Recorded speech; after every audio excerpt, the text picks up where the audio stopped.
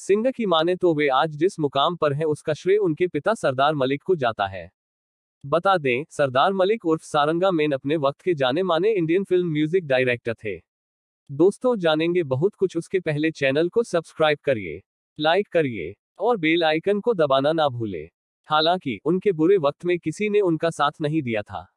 अपने स्ट्रगल के दिनों को याद करते हुए अनु मलिक कहते हैं, मैं अपनी सक्सेस का श्रेय अपने पिताजी को देता हूं, क्योंकि उनके आंसुओं ने अनु मलिक को बनाया। उन्होंने बहुत दर्द देखा था, उनके पास पैसे नहीं थे, काम नहीं था।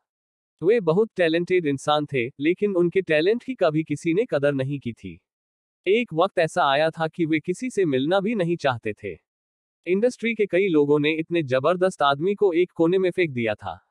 मेरे पिताजी के लिए स्टूडियो के दरवाजे बंद कर दिए गए थे। किसी ने उनकी मदद नहीं की।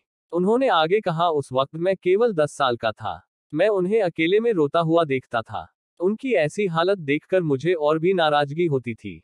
मैंने तय कर लिया था कि किसी भी हाल में अपने परिवार का नाम ऊंचा करूंगा। मुझे याद है, एक दिन मैंने उनके पैर छुए और उनसे वादा किया कि मैं उनका नाम रोशन करूंगा। उनकी आंसुओं और दर्द की वजह से आज मैं इस मुकाम तक पहुंच पाया हूं। रियलिटी शो को लेकर अनु मलिक का मानना है कि ये नए टैलेंट्स के लिए बहुत ही बेहतर प्लेटफॉर्म है।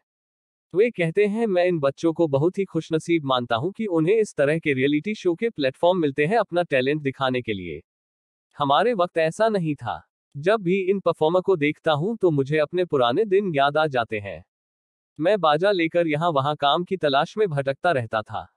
हाथ जोड़कर लोगों से काम मांगता, निर्माता का दरवाजा खटखटाता, कई कंपोजर से गालियां भी खाई हैं।